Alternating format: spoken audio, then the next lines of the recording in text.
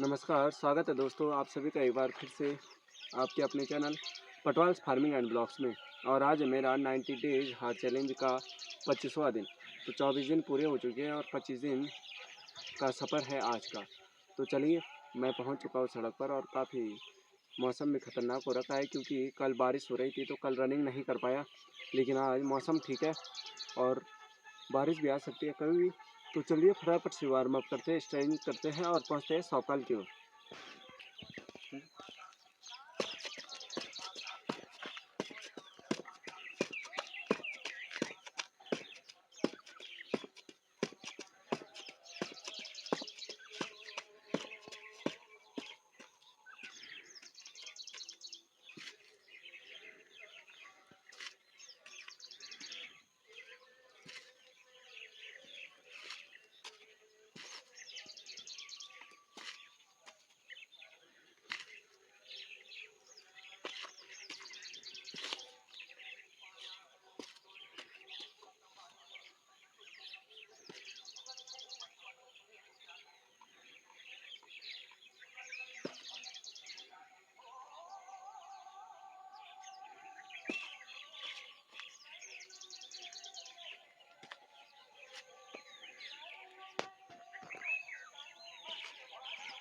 तो दोस्तों, यहाँ पे वार्म अप और स्ट्रेचिंग बहुत ज़रूरी है क्योंकि रनिंग से पहले अगर हम स्ट्रेचिंग नहीं करते हैं तो काफ़ी प्रॉब्लम्स होती है। क्योंकि मैं डेली बेस में आपको बताता ही हूँ हर डेली वीडियो में। तो चलिए थोड़ा सा और करते हैं, फिर बढ़ते हैं सौपाल की ओर।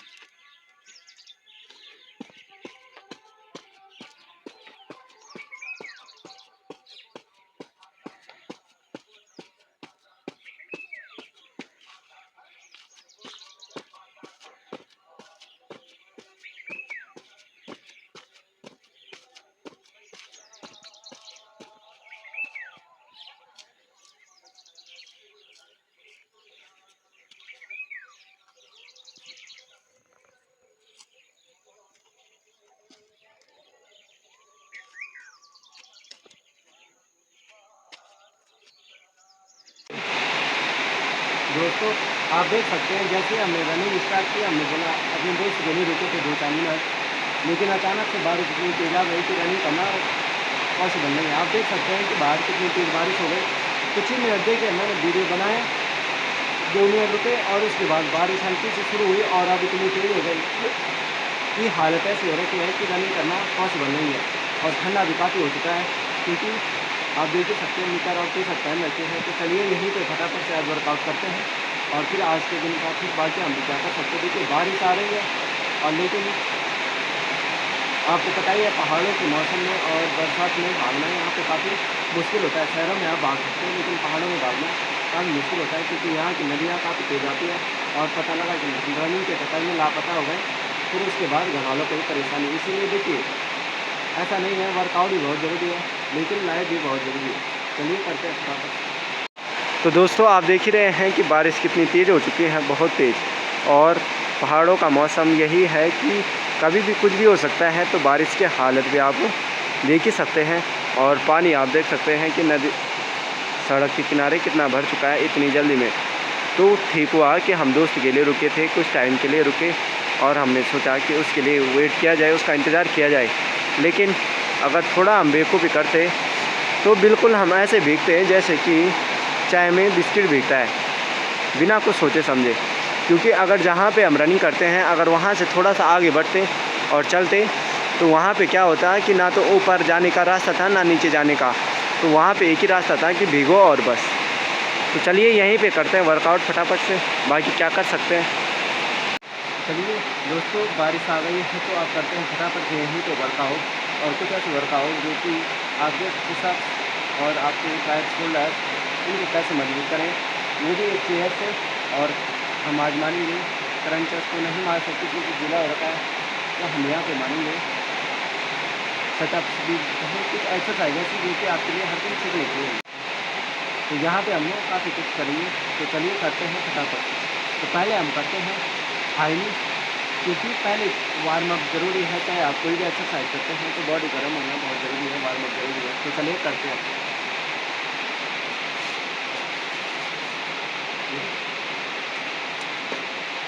देखिए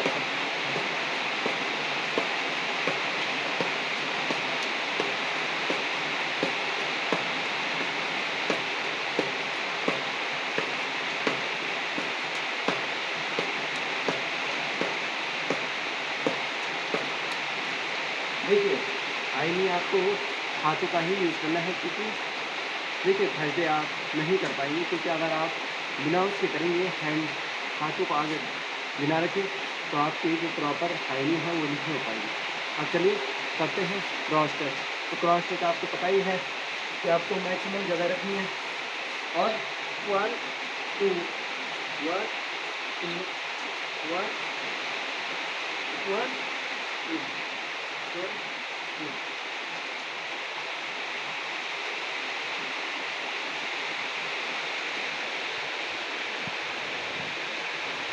तो इससे हमारे जो शोल्डर्स हैं उसकी स्ट्रेचेबिलिटी और जो क्या है खिंचाव है काफ़ी बढ़िया होता है।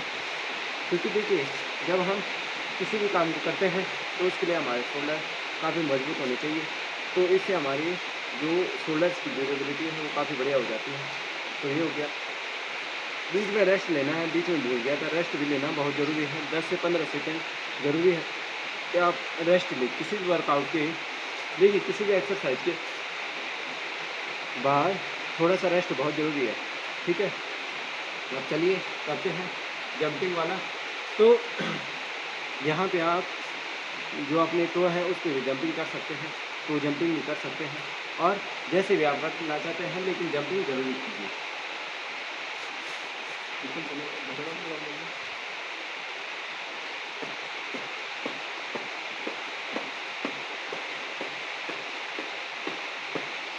तो कल काली आनी हाँ जरूर फॉलो में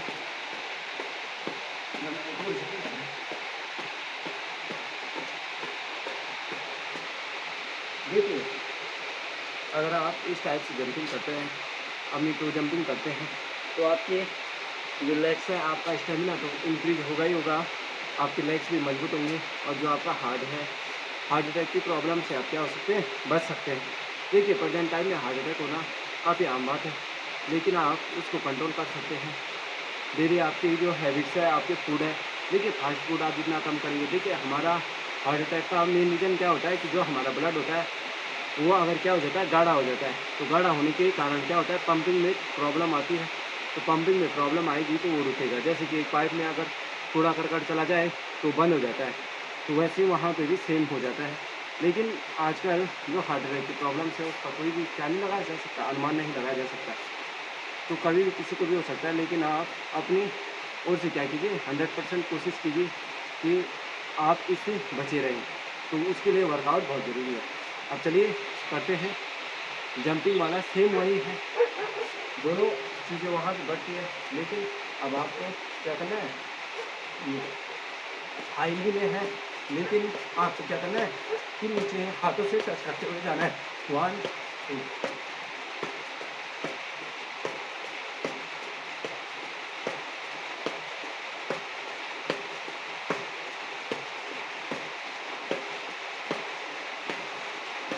देखिए यहाँ पे आपकी जो बैक है, ठीक है, हिप से है और आपके लेग्स है वो काफ़ी मजबूत होंगे, आपके स्टेप से है। और ये पूरा जो पार्ट है कमर से नीचे तक वो काफ़ी क्या होगा, स्ट्रांग होगा। देखिए रनिंग के लिए कमर के नीचे का हिस्सा मजबूत होना बहुत ज़रूरी है, तभी आप कंप्लीट कोई भी रनिंग, लॉन्ग रनिंग कर सकते हैं। अगर आपका नीचे का हिस्सा क्या नहीं है, मजबूत नहीं है, तो उससे काफ़ी प्रॉब्लम्स हो सकती है। तो चलिए अब देखिए कुछ सेकेंड का क्या कीजिए, रेस्ट कीजिए, फिर उसके बाद क्या कीजिए, दूसरे वर्कआउट कीजिए। अब करते हैं थोड़ा सा स्ट्रेचिंग टाइप में। तो आप देख लीजिए कि कल भी किया था, सेम हो गया। और ऐसे में आपको हाथों को बाहर लेके चलना है। आपको आसान लग रहा होगा कि ये करना आसान है, लेकिन जो यहाँ पे स्ट्रेचिंग करते हैं, यहाँ पे खिंचाव पड़ता है, वो काफ़ी टाइट होता है। तो इस चीज़ को आसान मत लीजिए।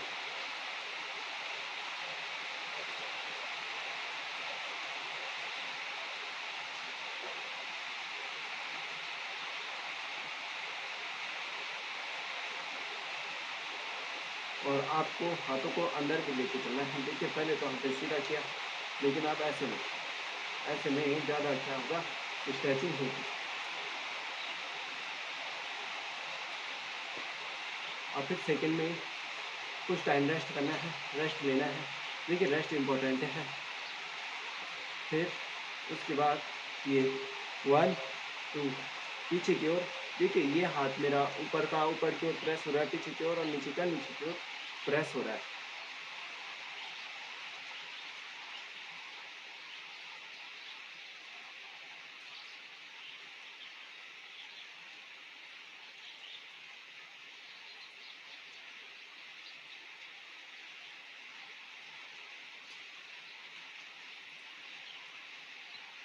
अब चलिए अब करते हैं हिप रोटिंग, और थोड़ा सा रेस्ट करने के बाद तो आपको मैक्सिमम एक गैप लेना है, और गैप लेने के बाद क्या करना है, रोटेट करना है। 1 2 1 2 1 2। देखिए क्लॉकवाइज आपको पता है जिधर की ओर घड़ी की सुइयाँ चलती हैं घूमती है, एंटी क्लॉकवाइज जिधर की ओर वापस मुड़ती है, सीधा और उल्टी। तो आप इसको कर सकते हैं, स्ट्रेचिंग के लिए काफ़ी इम्पोर्टेंट है। और चलिए अब करते हैं सेकेंड। तो देखिए आपके सामने अगर कोई वॉल हो, सीढ़ी हो या कुछ भी हो, तो आप सिंपल सा क्या कीजिए, पहले कोई भी वर्कआउट कर रहे हैं उसके बाद क्या कीजिए, थोड़ा सा रेस्ट कीजिए, और रेस्ट करने के बाद कुछ टाइम के बाद फिर क्या करना है कि आपको सीधे खड़े होना है, और अपने एक लेग को देखिए। अब यहाँ पे बात करते हैं कि कितनी ऊंचाई होनी चाहिए, तो मैक्सिमम जहाँ पे आपकी बॉडी में ज़्यादा प्रेशर ना बढ़े। देखिए प्रेशर ज़्यादा बढ़ने पर क्या हो सकता है, आपकी जो मसल्स है वो फट भी सकती है। ऐसा नहीं है कि यहाँ पे स्ट्रेचिंग कर ली आप ऊंची दीवार में कर सकते हैं, लेकिन अगर आप स्टार्टिंग के टाइम में हो तो वहाँ पे प्रॉब्लम्स हो सकती है, काफ़ी पेन भी हो सकता है। तो सिंपल सा ये हो गया, और आपको नीचे झुकते हुए जाना है। देखिए फर्स्ट डे नहीं होगा, पॉसिबल नहीं है। दोनों पैरों को सीधा रखना है और गर्दन को झुकाते हुए, लेकिन फर्स्ट डे पॉसिबल नहीं है, क्योंकि धीरे धीरे ये चीज़ें क्या होती है, बढ़ती है। सेकेंड, फिर दूसरा पैर और नीचे की ओर।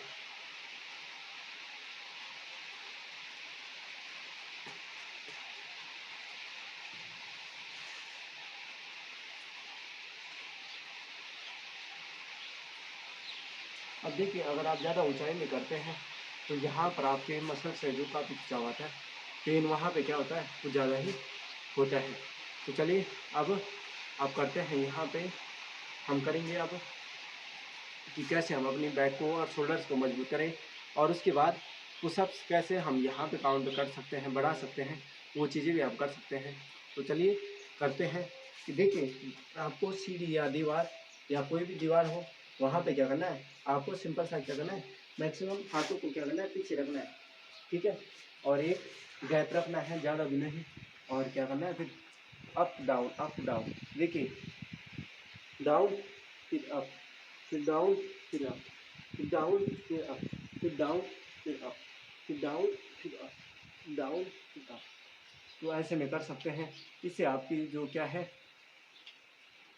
पुशअप्स की रेट है वो बढ़ सकती है। आपके शोल्डर्स ये और हैंड्स क्या हो सकते हैं, मजबूत हो सकते हैं। इनमें काफ़ी क्या हो जाती है, इनकी ड्यूरेबिलिटी और स्ट्रेंथ बढ़ सकती है। अप डाउन करते हुए जाना है, और आपको एक सेट लेके चलना है। तो मुझे इतने सेट मारने हैं। फिर सेकेंड में क्या करना है कि आपको थोड़ा सा गैप आगे की ओर रखना है, और फिर क्या करना है, पहले हम झुके थे नीचे की ओर, अब क्या करना है, 1 2 1 2 1 2 1 2 1 2 1 2 1 2। तो देखिए यहाँ पे आपको लग रहा होगा कि काफ़ी आसान है, लेकिन जब तक आप खुद वर्कआउट नहीं करेंगे तब तक पॉसिबल नहीं है। तो चलिए फिर लास्ट में अगर आपसे और भी और स्ट्रेंथ बढ़ानी है, काउंटेबिलिटी बढ़ानी है, तो आप या तो दीवार का ऐसे में सहारा ले सकते हैं, या कोई भी सीढ़ी का। और यहाँ पे काफ़ी फिसलन है, तो इसीलिए यहाँ पे ऐसे आप यहाँ पे काउंटिंग बढ़ा सकते हैं। ऐसे में आप दीवार इससे ऊंची भी हो,